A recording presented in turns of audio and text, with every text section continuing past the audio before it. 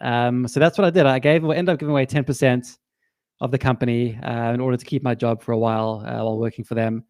They promised me everything. They promised me connections, paying for the hosting, everything, but nothing actually materialized in the end. So then I decided to this was like after working for them for about a year after doing this, decided to quit my job and go all in on Sendable. Now that just to backtrack, the name Sendable, because of all these little integrations I was adding, it comes from sending anything is possible. So the ability to send any type of post is possible. So that kind of combination of the words is what brought the name about. So essentially, I quit my job in 2010, had about 6 months of savings, and I bought back the 10% equity. I used all my savings to buy it back, and I had some left over to work on Sendable full time. So I went from in the first year, I made about $4,000 the first year to making £100,000 in the second year of being all in on Sendable. And then from there, it just carried on, kept on growing, and I pivoted to this business tool. And that's kind of the founding story, like how it got started. And then I hired my first employee in 2012. So it was a long, journey that took me to where we are now. So what's next, dude? I mean, so you sold it, right? You sold it. And tell me a little bit about Traject. I don't even know. Is that are they in the space already? I don't really know much about them. Yeah, so obviously the company's been around for 13 years. So since I founded it in 2008, we've been going and growing like crazy in the last 5 years. So what happened was last year, in particular, during COVID, we saw a lot of demand for our product. Just more and more sort of interest, not only from customers but from other tech companies as well. Just reaching out, they saw us growing. More customers coming on. We ranked like in the top 5 tools in our space in the world. And with the sudden demand for these businesses going online as a result of COVID, we had all this attention on us last year. So I had emails from like very well-known tech companies in Silicon Valley interested in us. Huh. And then one private equity firm, Traject, which is the one you mentioned now, reached out. And when they first reached out, I wasn't really interested in selling the company. I wasn't really going to exit or anything. I wanted to build this long-term company that would grow organically for 30 years and, just, keep growing it. But last year, I started feeling like the company was getting too big for me. So as a founder, entrepreneur, there's a point where the company almost outgrows you. Yeah. So as the company got bigger and bigger, I was doing less of what I really enjoyed doing, like less of the creative stuff. So more of the admin and operation stuff and hiring and the other stuff that I don't enjoy as much as actually building stuff, like creating businesses. So with COVID, I had a bit more time to think about what I really wanted, and we had this interest from other companies coming in. So I thought, let me start exploring what the options could look like. So I spoke to Traject. They were obviously, they understood sort of SaaS companies, software as a service companies. They understood bootstrapped founders like myself, like being fully bootstrapped.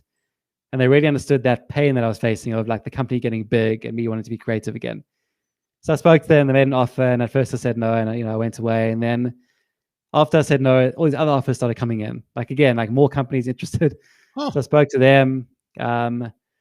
And the other companies would mean that Sendable would kind of disappear, would be part of another like well-known tech company and be a different name.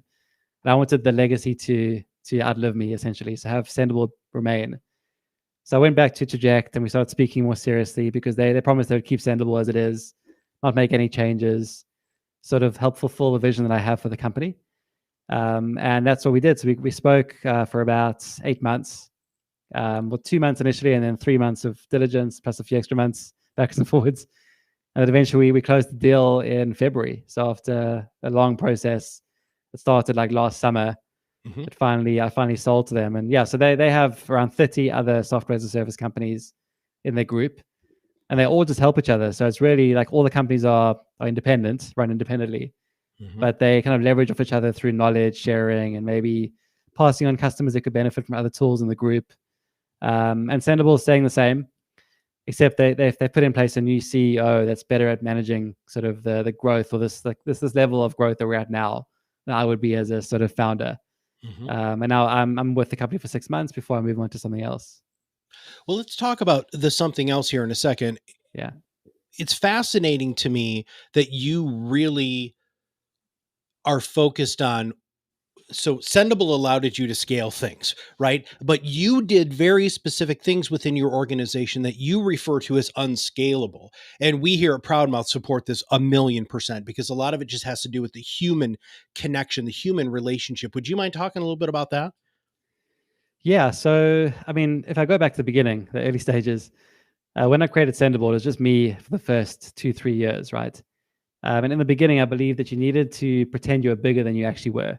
Hmm. So I thought, okay, for us to compete with the likes of Hootsuite and other well-known, like well-funded companies, I needed to hide behind the fact that we wanted to be perceived as a bigger company. So something I did, I created a fake employee in the beginning. I named her Lisa. It was actually me. And she would answer all the support tickets and do all the sales, outbound sales, emails, and that kind of thing. Because I thought you couldn't have the founder being that person. You have to pretend there's someone else. Mm-hmm. So I created this facade, to the outside world. And only like the last 2 years, I realized that we could really leverage or like benefit from being more transparent in a very crowded space with lots of competitors, where they're very well funded. By us being more authentic and human and showing our faces and being more transparent, we could be the opposite of what those bigger companies stand for. So, like, if you contact Hootsuite, you don't really get a response from a human there, or someone whose story you can get behind. So I started to just experiment with, like, if I was more transparent, sharing my story on social media, maybe having a podcast to share the behind the scenes stuff, could I then do something that maybe Hootsuite's founder couldn't do, or Sprout Social, these other big companies, that founder, that CEO couldn't be the one showing their story and like how they built something from nothing. So I started to lean into that story, our story. So I was sharing it more on social media and started to get a lot of interest. People started paying attention to us. Like, they really loved the story. I got messages from customers saying they use Sendable because of the story. The story has made them want to use us and choose us, to follow this whole underdog story. So that was something I did deliberately, the last 2 years. I think that was also instrumental in us growing. Like, our growth came from us being more open as a business and growing our brand. And I realized that it's those little unscalable things that, like, you wouldn't expect a CEO to reach out to you on LinkedIn, for example. Like, I was doing that. Every customer who signs up every week, I manually reach out to them. I send them a LinkedIn connection request, write a personalized message, tell them I'm here for them, and they get like blown away. Why is the CEO contacting me? I'm like honored. The CEO of this big company is reaching out. So I kept doing that. I still do it every week. Reach out to them. I try to meet customers face to face. So every day I have a slot in my calendar where they can book in one-on-one time with me, and I can meet with them and speak to them. And because of those little unscalable things, that obviously these things don't scale, but they do scale because those customers are spreading the word of mouth. They're then telling other people about this amazing, personable company, where they have this amazing customer service. The CEO speaks to us. You can ask for things. That's really helped to spiral our growth as well and move us forward. So yeah, and I realized those little unscalable things have really helped us grow.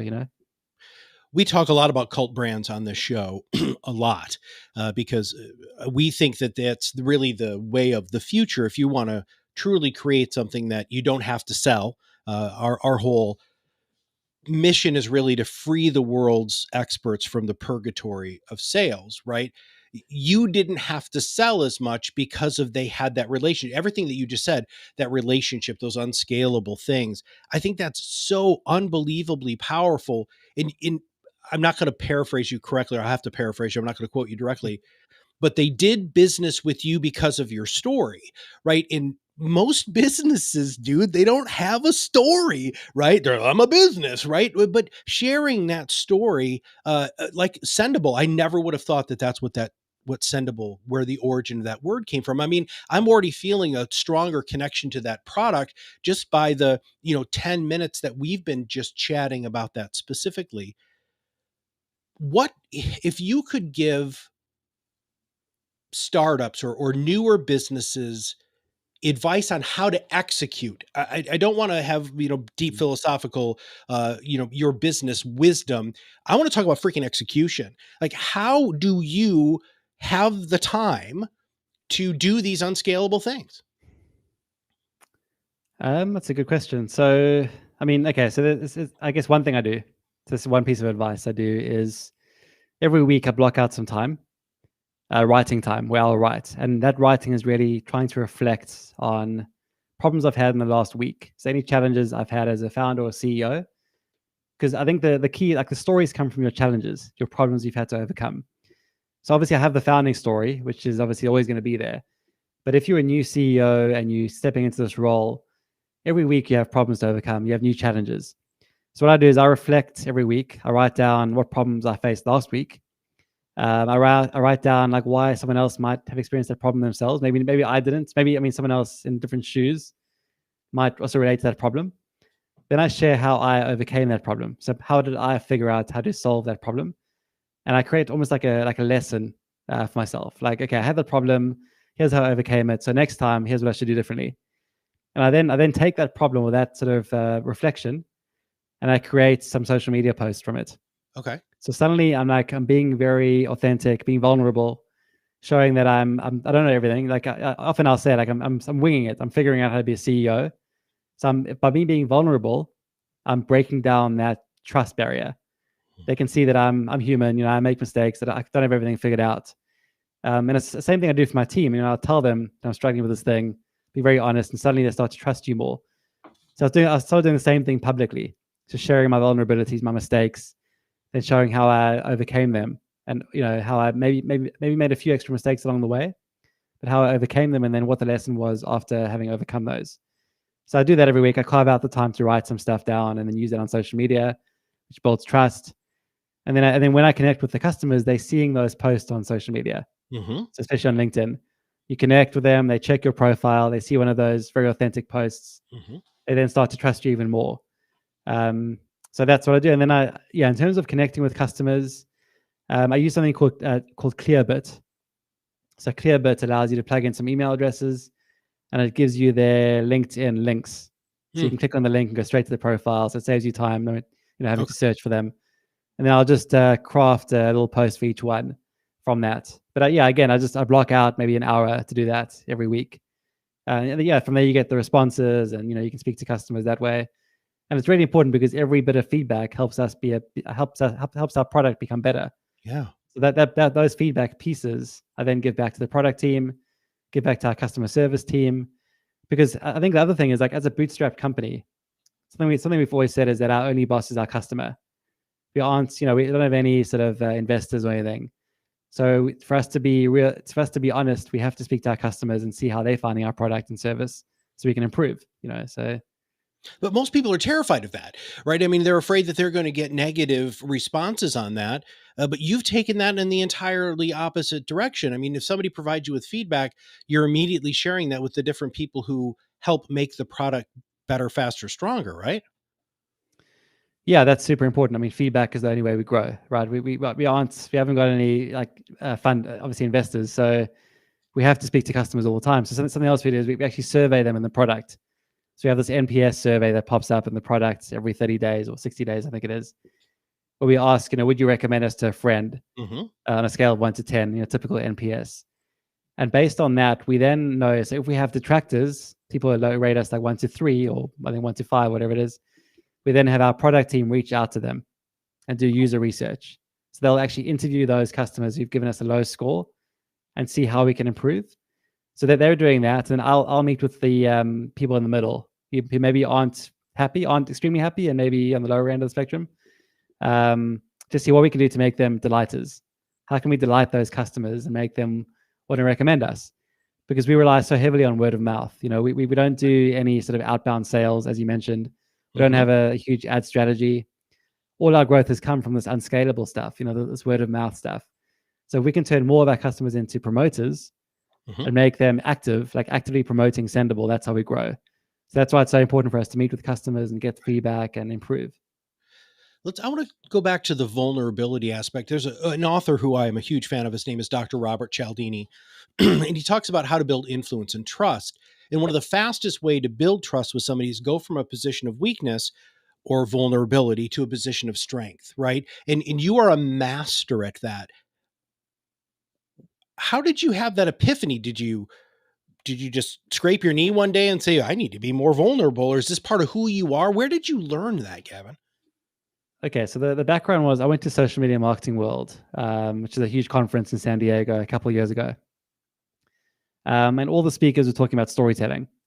Like, storytelling is the key to your success generally in in marketing today. If you think about people's attention spans, you pulled in a million directions. Like you can't sell to people anymore. It's all about like how can you craft these amazing stories that can inspire people. So that was the first piece was that kind of going to this conference, everyone talking about storytelling being the big thing. And then from there, like really learning about how to craft stories. Like what does it take to get people to pay attention, to create that emotional reaction, to get them to buy into your story? Like how do these amazing shows on Netflix and Disney and all these things, how do they like explode like they do? It's because of amazing storytelling, amazing writing, and amazing content. So in order to get people to pay attention these days, you have to be a good storyteller. That's the only way forward. So I started like looking at, okay, how do you craft stories? What's the typical arc of a story? What are different plot lines? Typical plots of a story. And then I would like just look for things in my life that I could turn into a story, and then figure out how to get the most, I guess, the highest level of engagement from those posts. So I would every week through that process of reflecting, then writing the story, putting it on social media, just seeing what kind of story or narrative would generate the most engagement. And the ones that did were the ones that were when I was most vulnerable. So if I showed myself like looking sad as opposed to looking perfect, everyone portrays this perfect life on social media, but to cut through the noise, you have to portray the imperfect life, Yeah, don't always be so perfect because everyone else looks perfect.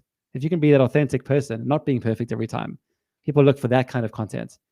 So I started trying that, experimenting there with that kind of content, and it was really paying off. Just putting yourself out there, admitting to mistakes, admitting when you're facing problems, and that you aren't perfect. And that's when I was getting all the attention. To be honest, people started like listening to me what I was saying because I was human. I was being authentic. So that's kind of the whole pathway to this discovery, I guess. Do you think this is a generational thing? So a lot of the clients that Kirk and I and Proudmouth really started working with were older, uber professional people. Do you think that this vulnerability, this tendency towards understanding the power of vulnerability is something that is like a Gen X millennial sort of take on life? Or do you think that it's just epiphany that you have to have and give yourself that permission? I think, I think that's a good question. I think people like to portray this curated version of themselves.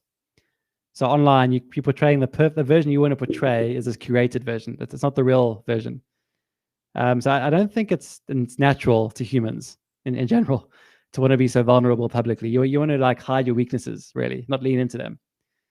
So I think that if you can find your weaknesses and lean into them publicly, that's when you get attention. It's a strange thing. It's a strange dynamic, but it's natural to hide your weaknesses, bury them inside. But when I started sharing how vulnerable I was and my fears and my concerns, and even growing to a 50, 60 person company, how scary that was for me as a CEO, like showing that publicly, people start to pay attention to that stuff because it's not common.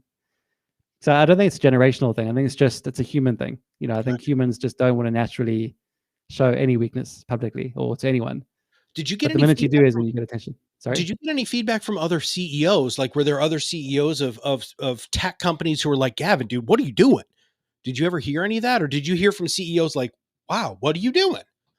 So my whole thing in my head, I wanted to be the anti-CEO. All right. So I think the problem is if you follow the status quo, that's when your judgment gets jaded. You don't think for yourself. You don't think clearly.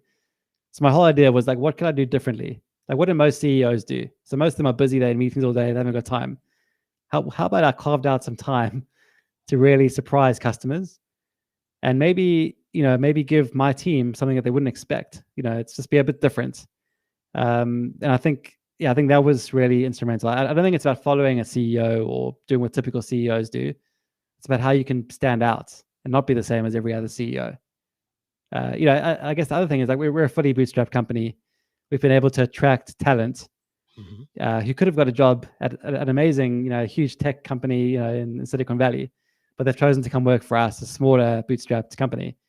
So for us to really stand out and attract the talent, I've had to become a really good storyteller and tell the stories that bring them in, paint this vision, paint this picture. And it's not just about being a CEO and copying other CEOs and that kind of thing. It's come about because of being a bootstrap company and trying to stand out in a very, very crowded space. this is really the main reason why I really wanted you on this show, right? I mean, as I told you before, this podcast, this live stream is just getting started, and so, but I can't wait for people to 50 episodes in, go back and see this and say, oh my God, we had the guy on the show who was the anti CEO, who was vulnerable, told the stories, everything that we here stand for, you live. And I really want to thank you for that, because it's neat to meet people so that we don't seem like we're so crazy, right? I mean, talking to professional business owners and experts and saying, hey, look, you need to be raw, you need to be, especially on podcasts, they're so concerned sometimes, Gavin, about having it be perfect, and then when they record it and it's the imperfect episode that gets the most listens, that's reinforcing this whole idea and behavior. Now, are you going to write a book about this? I mean, how are you going to continue to, I want to do whatever we can here at Proudmouth. I'm going to say this to you live on this, and, for posterity here, whatever we can do to help you continue this mission, we absolutely want to help you with that, because we believe not only in the unscalable aspects, but the vulnerability and in truly being unapologetically yourself. But tell me what's next. Where are you going from here, dude? Yeah, so obviously since setting the company, everyone's asking me the same question. Like, can I help them? First of all, can I share my advice? Mm-hmm. It's not common that you see a bootstrapped founder, exiting in this way. I mean, it's a life-changing amount of money, to be honest. So it is a huge deal. But I'm an entrepreneur. I want to start something else still. So I'm building something now, a new product, which is kind of aligned with my thinking. Obviously, I can't say what it is just yet. Sure.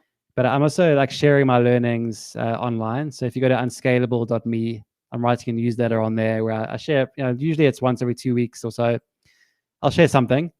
And it's along the lines of thinking differently in a very noisy world. We live in an extremely noisy world where everyone's trying to get our attention. We've become skimmers and scrollers, and we don't stop and pay attention to things. So I'm going to show you how you can do unscalable things to help you stand out. The things that people don't expect, like the anti-CEO thing, like challenging the status quo. These kinds of things are really important in a crowded space we live in today. So I'm sharing all my learnings on there, all the things I'm reading, the books I'm reading, any content I'm discovering that's helping me on my journey, but also just my own experience and my own perspective on things. Because it is a fairly unique perspective. I guess one story is, I was in the beginning when I started Sendible, Mark Zuckerberg was exploding as this amazing entrepreneur. So I thought, okay, everyone's writing about this guy on TechCrunch. Obviously, you have to give away your company to get any traction. So I thought I have to give away half my company to grow into a business. But I didn't actually challenge the status quo. I thought that's normal. Like, to get a business off the ground, you have to give away a huge chunk. And I've realized that that's not the case. You can build a company without giving away anything. If you can tell the right story, inspire people, create a vision, and think differently. So yeah, I'm sharing all that content and all that kind of knowledge on that newsletter. Well, make sure that you ping us with when you launch this new thing, because we're going to be putting it out really all over the place. I want to highlight just a couple of things, and then I've got one final question for you. So many of you have heard us say, rise above the noise and be your own loud.